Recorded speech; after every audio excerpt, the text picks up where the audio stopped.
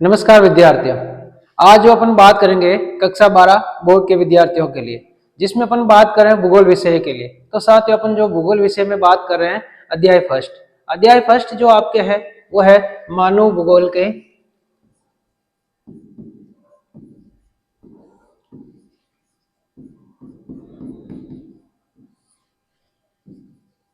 की प्रकृति तथा विषय क्षेत्र।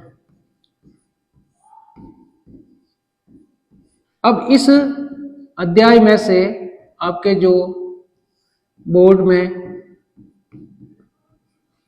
क्वेश्चन आएंगे आपके 2 नंबर के। अब अपन सबसे पहले इसमें बात करते हैं कि इस अध्याय में से कौन कौन से क्वेश्चन हमारे लिए पूछे जाते हैं और कौन कौन से क्वेश्चन हमारे लिए महत्वपूर्ण है।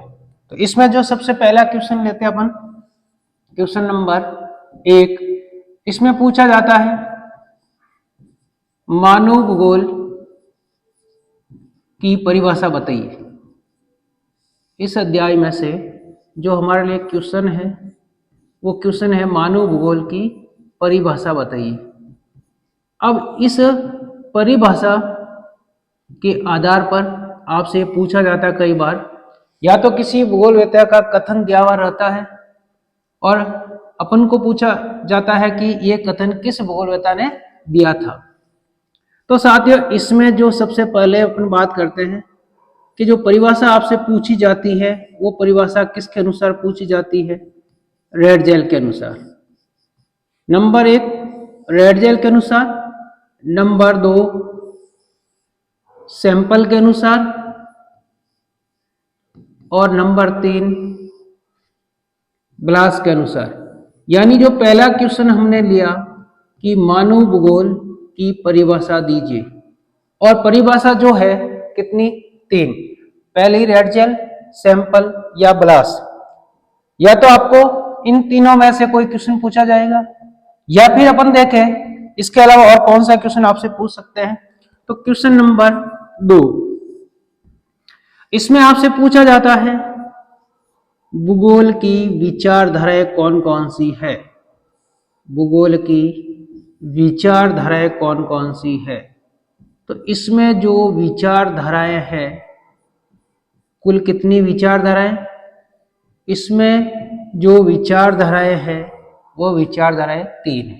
पहली जो विचारधाराएं हैं नियतिवाद, या फिर आपसे पूछा जाता है निश्चयवाद, या इसी विचारधारा को कहते हैं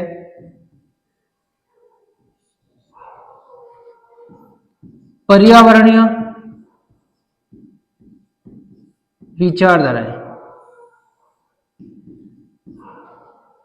अपन डिटेल से बात करेंगे कि कौन से क्वेश्चन का उत्तर क्या होगा। पहले अपन एक बार इन क्वेश्चनों को देख लेते हैं कौन कौन से क्वेश्चन है। तो पहली जो बात कर रहे हैं अपन, नियतिवाद, निश्चयवाद या फिर पर्यावरणीय विचारधाराएं। दूसरी जो विचारधारा है इसमें वो है संभववाद। विचारधारा या संभववाद विचारधारा का जनक कौन था। और तीसरी जो इसमें है वो है नव नियतिवाद,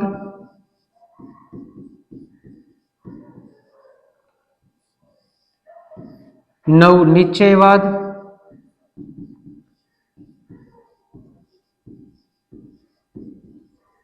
रुको तथा जाओ, और इसी को कहते हैं मध्य मार्गी विचारधाराएं।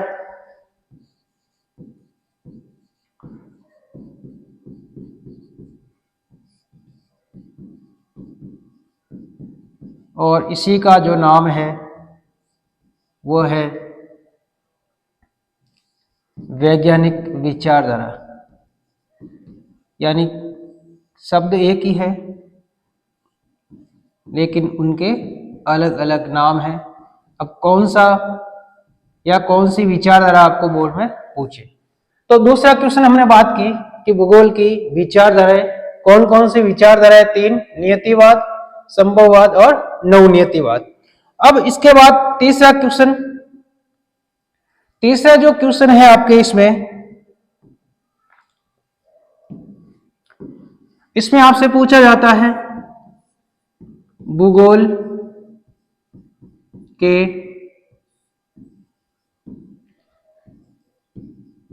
उप क्षेत्रों के नाम लिखिए।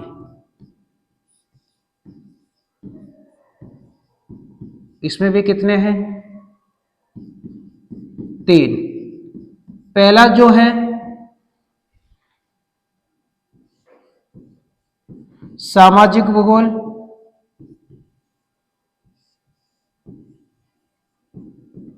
या तो आपसे पूछेगा कि सामाजिक भूगोल के कोई 4 उप क्षेत्रों के नाम लिखो, या आपसे पूछा जाएगा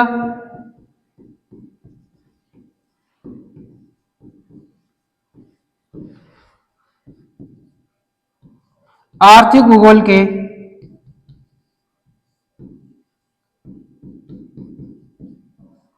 4 उप क्षेत्रों के नाम।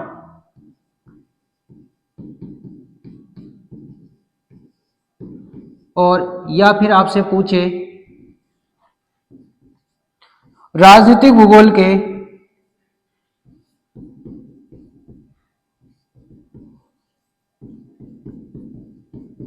2 उप क्षेत्रों के नाम। यानी हम जो बात कर रहे हैं यहाँ पर विद्यार्थियों, हमने अध्याय फर्स्ट लिया, इसमें अपन ने जो बात की कि बोर्ड की परीक्षा में हमारे कितने नंबर के क्वेश्चन आएंगे? 2 नंबर के। अब आपको क्या करना कि इसमें कौन कौन से क्वेश्चन है जो आप लोगों के लिए इंपॉर्टेंट है, कौन कौन से क्वेश्चन आप लोगों को देखने हैं। तो एक बार आप देख लीजिए कि इस अध्याय में से कौन कौन से क्वेश्चन है। यानी हम बात कर रहे हैं 2 नंबर की। अब इसमें जो पहला क्वेश्चन है आपसे मानव भूगोल की परिभाषा, और परिभाषाएं कितनी है? 3। रेड जेल के अनुसार, सैंपल के अनुसार या ग्लास के अनुसार। या फिर आपसे दूसरे नंबर का जो क्वेश्चन है भूगोल की विचारधाराएं, कुल कितनी विचारधाराएं हैं? 3। नियतिवाद, संभववाद, नवनियतिवाद। और जो तीसरा क्वेश्चन हमने लिया था वो है आपके भूगोल के उप क्षेत्रों के नाम लिखो। विद्यार्थियों, इसमें से आपको बोर्ड की परीक्षा में एक क्वेश्चन पक्का मिलेगा। तो इन तीनों क्वेश्चनों को आप आराम से देख सकते हो। अब अपन इसमें बात करें आगे, इसको समझे अपन कि मानव भूगोल क्या है और मानव भूगोल किसे कहते हैं। तो देखिए, अब हमने जो सबसे पहला क्वेश्चन लिया था वो क्वेश्चन लिया था कि मानव भूगोल की परिभाषा, मानव भूगोल की परिभाषा दीजिए। तो हमने जो मानव भूगोल की परिभाषाओं की बात करें अपन, तो सबसे पहले हम ये समझे कि जो मानव भूगोल है, इस मानव भूगोल का जनक कौन है। तो मानव भूगोल का जो जनक है विद्यार्थियों, जनक या हम कह सकते हैं जन्मदाता, या हम कह सकते हैं मानव भूगोल का पिता किसे कहा गया है। तो जो मानव भूगोल का पिता बताया गया है वह है एफ रेडजेल। और जो रेडजेल था वो किस देश का निवासी था? वो जर्मन देश का निवासी था। अब रेडजेल ने एक पुस्तक लिखी थी, उस पुस्तक का जो नाम था एंथ्रोपोजियोग्राफी। विद्यार्थियों, एक बार क्या हुआ बोर्ड की परीक्षा में, एंथ्रोपोजियोग्राफी पुस्तक किसने लिखी? ये क्वेश्चन आपके आया हुआ है। तो क्वेश्चन 2 तरह से पूछा जाता है। कई बार तो क्या होता है, आपसे सीधा पूछा जाता है कि रेडजेल ने कौन सी पुस्तक लिखी, या फिर पुस्तक का नाम दिया हुआ रहता है और आपसे पूछा जाता है कि ये पुस्तक किसने लिखी। अब देखिए विद्यार्थियों, आगे अपन बात कर रहे हैं कि इस रेडजेल ने जो सबसे पहले मानव भूगोल की परिभाषा बताई थी, यानी इसे रेडजेल को हम मानव भूगोल का जनक या पिता कहते हैं। तो अब आपसे पूछा जाता है कि रेडजेल ने मानव भूगोल की कौन सी परिभाषा दी। तो रेडजेल के अनुसार, हम किसकी बात कर रहे हैं? मानव भूगोल की परिभाषा रेडजेल के अनुसार। अब रेडजेल ने जो मानव भूगोल की परिभाषा दी, मैं ये लिख रहा हूं कि हम किसकी बात कर रहे हैं, मानव भूगोल की परिभाषा। अब परिभाषाओं की बात अपन कर रहे हैं और सबसे पहले हम ले रहे हैं नंबर 1 रेडजेल। कि रेडजेल ने जो मानव भूगोल के अनुसार जो परिभाषा बताई वो उसने कहा कि मानव तथा प्रकृति के मध्य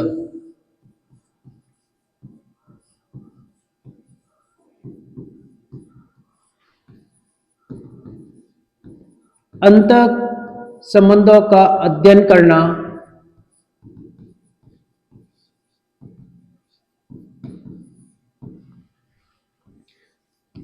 मानव भूगोल कहलाता है। ये बात किसने बताई थी, रेडजेल ने।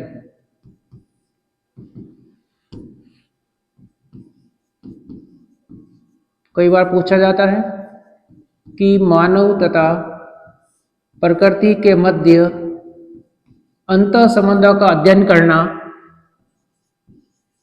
यह कथन किसका था। अब अपन नंबर 2 पे बात करें कि रेडजेल ने जो बात बताई थी कौन सी, रेडजेल ने जो कहा था कि मानव तथा प्रकृति के मध्य अंत संबंधों का अध्ययन करना मानव भूगोल कहलाता है। अब नंबर 2 हम जो बात कर रहे हैं सैंपल के अनुसार, तो सबसे पहले विद्यार्थियों हम ये समझे कि सैंपल कौन थी, तो सैंपल रेडजेल की शिष्या थी।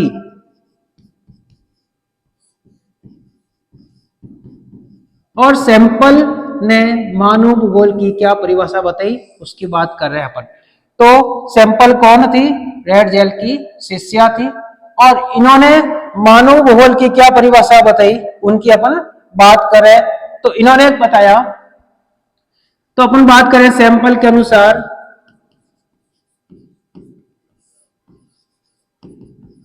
मानव भूगोल की परिभाषा, इन्होंने कहा क्रियाशील मानव को कैसा बताया, क्रियाशील तथा अस्थिर पृथ्वी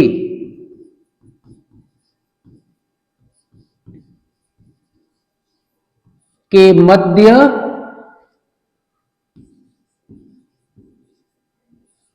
कारकों का अध्ययन करना मानव भूगोल कहलाता है। ये बात किसने बताई थी, सैंपल ने। यानी मानव को क्या बताया इन्होंने, क्रियाशील मानव है और पृथ्वी को क्या कहा, अस्थिर पृथ्वी। और तीसरे नंबर की जो परिभाषा की अपन बात कर रहे हैं विद्यार्थियों, तीसरे नंबर की जो परिभाषा की बात हो रही है कि ये जो परिभाषा है तीसरे नंबर पर किसके अनुसार, ब्लास के अनुसार। और ब्लास कहां के निवासी थे, फ्रांस के निवासी थे। और ब्लास ने सर्वप्रथम आकर संभववाद विचारधारा दी थी, जिसकी बात अपन दूसरे क्वेश्चन में करेंगे। तो ब्लास ने क्या परिभाषा दी, इन्होंने कहा पृथ्वी पर निवास करने वाले जीव, मानव को क्या कहा इन्होंने, जीव, तथा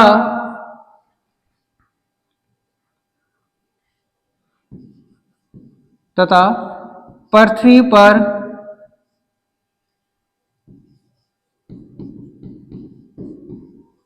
भौतिक कारकों का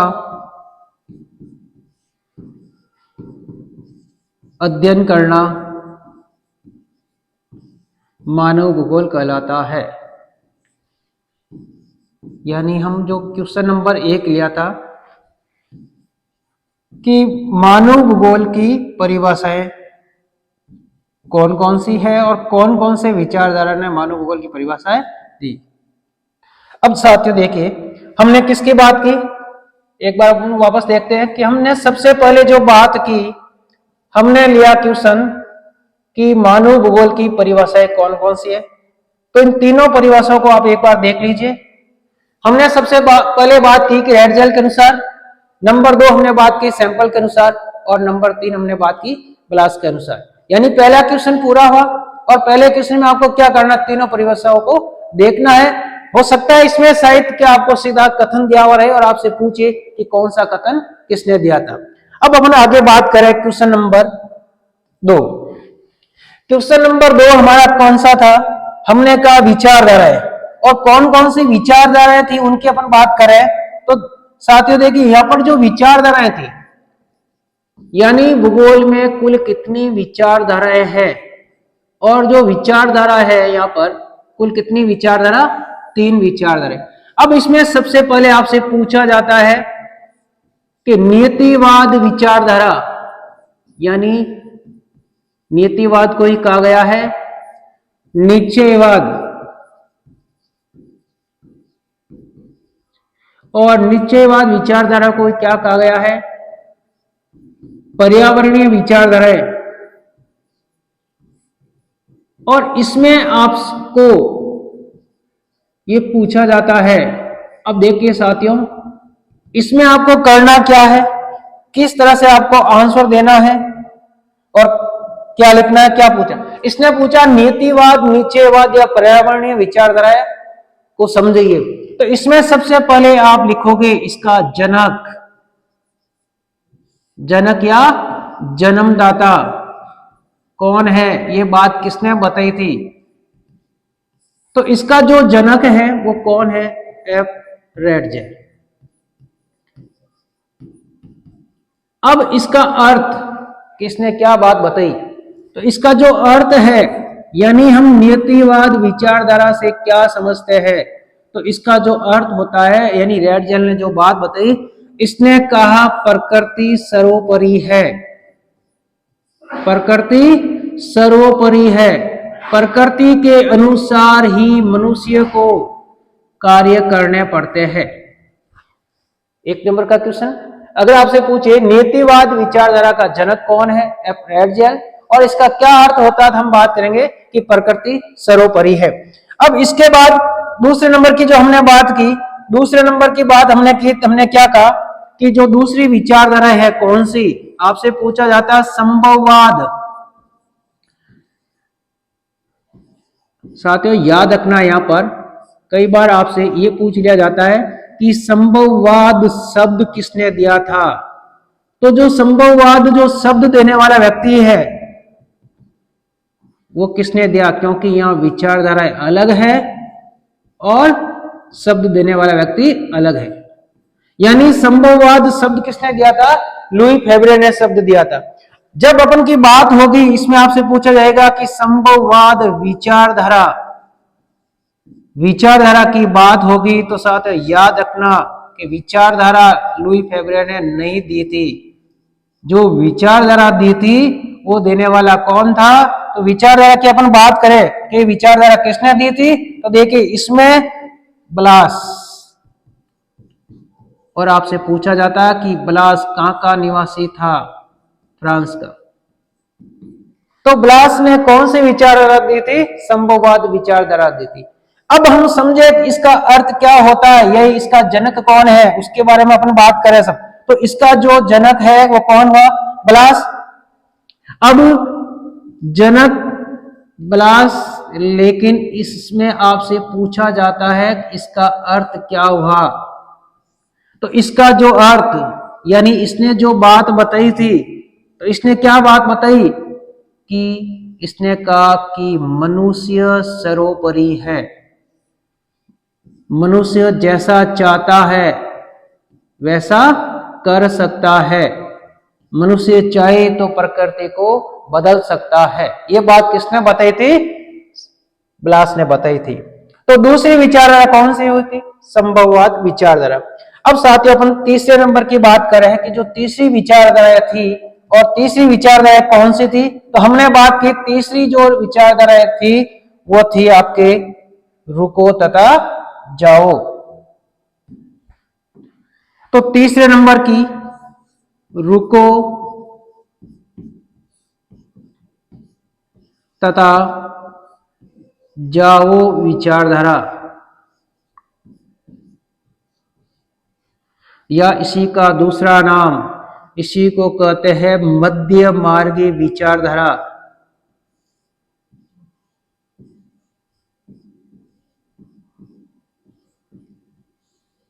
और इसी को कहते हैं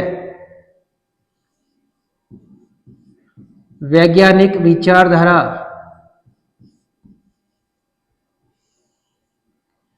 और इसी को कहते हैं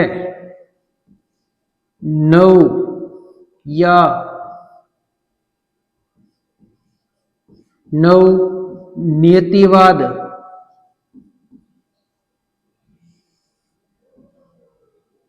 या इसी को कहते हैं नव निश्चयवाद। यानी हम बात करें तीसरी विचारधारा कि रुको तथा जाओ, मध्य मार्गी, वैज्ञानिक या नव नियतिवाद या नव निश्चयवाद विचारधारा का जनक कौन है। यानी ये जो विचारधारा दी थी, ये विचारधारा किसने दी थी और इसका जो जनक है वो किसे कहा गया है। तो इसका जो जनक है वो है ग्रिफिथ टेलर। Griffith Taylor. इसने क्या बात बताई, इसने कहा मनुष्य तथा प्रकृति दोनों एक दूसरे के सहयोगी है।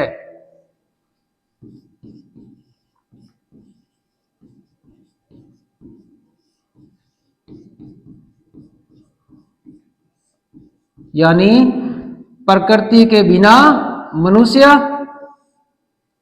और मनुष्य के बिना प्रकृति, यानी दोनों आपस में एक दूसरे से जुड़े हुए हैं। तो हमारा क्वेश्चन नंबर 2 हुआ। एक बार अपन वापस देखते हैं इस क्वेश्चन को कि हमने जो बात की, क्या लिखा हमने कि विचारधारा, और इसमें आपसे पूछी जाती है कि कुल कितनी विचारधाराएं, 3 विचारधाराएं, और तीनों विचारधारा में कौन कौन सी। सबसे पहले हमने बात की नियतिवाद, या दूसरी संभववाद, और तीसरी रुको तथा जाओ।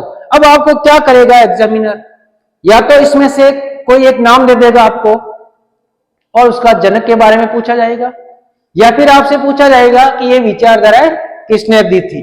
तो 3 विचारधाराओं के बारे में आपको बात करनी है, देखना है। और अब आगे बात करते हैं जो सबसे लास्ट में क्वेश्चन है। अब जो सबसे लास्ट में क्वेश्चन है उसमें हमने बात की थी कि आपसे पूछा जाता है भूगोल के उप क्षेत्रों के नाम। भूगोल के उप क्षेत्र, और इसमें जो भूगोल के उप क्षेत्र है, सबसे पहले अगर अपन बात करें नंबर 1, इसमें आपसे पूछा जाता है सामाजिक भूगोल के उप क्षेत्र कौन कौन से हैं। तो इसमें उप क्षेत्र कौन से, नंबर 1 ऐतिहासिक भूगोल, नंबर 2 अवकाश भूगोल,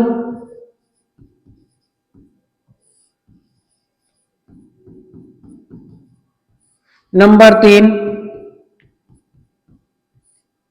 लिंग भूगोल, और नंबर 4 परिवहन भूगोल। यानी आपसे पूछा जाएगा कि सामाजिक भूगोल के कोई 2 या 4 उप क्षेत्रों के नाम लिखिए। या तो आपसे यह पूछा जाएगा, या आपसे पूछा जाएगा आर्थिक भूगोल के उप क्षेत्रों के नाम। तो आर्थिक भूगोल के उप क्षेत्र कौन कौन से हैं, नंबर 1 कृषि भूगोल,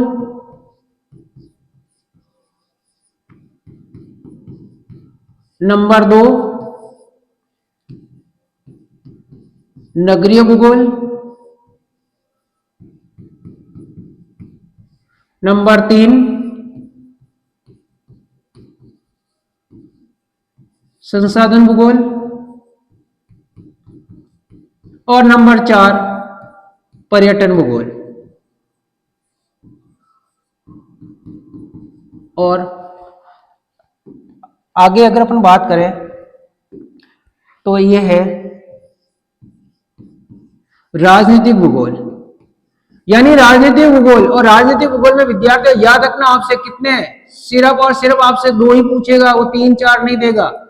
पहला है इसमें आपके कौन सा, सैन्य भूगोल, और दूसरा जो है आपके इसमें निर्वाचन भूगोल। तो विद्यार्थियों हमने जो बात की अध्याय फर्स्ट, हमने कहा इसमें कि कुल कितने क्वेश्चन बन रहे हैं आपके, 3 क्वेश्चन बन रहे हैं। पहला क्वेश्चन मानव भूगोल की परिभाषा, दूसरा क्वेश्चन विचारधाराएं, और तीसरा क्वेश्चन भूगोल के उप क्षेत्रों। तो इन तीनों क्वेश्चनों को आप एक बार जरूर देखें, और अपन क्या करेंगे, प्रत्येक अध्याय वाइज कौन कौन से क्वेश्चन आपके लिए इंपॉर्टेंट है। यानी आपको करना क्या, सिर्फ क्वेश्चन को देखना है, और बिल्कुल शॉर्ट में आपको क्वेश्चन किस तरह से बोर्ड की परीक्षा में लिखे जाते हैं उसके बारे में आपको बताया जाएगा। जो आगामी कक्षा जो हमारी होगी वो अति शीघ्र ही होगी। इसके लिए आपको क्या करना पड़ेगा विद्यार्थियों, लाइक, शेयर, और ज्यादा से ज्यादा आपको क्या करना पता ही है, अगर अच्छे नंबर आपको लेकर आने हैं और आपकी जो दूसरी कक्षा है उसके बारे में भी वीडियो हमें बनाने हैं, तो इसके लिए आपको चैनल को सब्सक्राइब जरूर करें, लाइक जरूर करें। हमें आपका इंतजार रहेगा। धन्यवाद।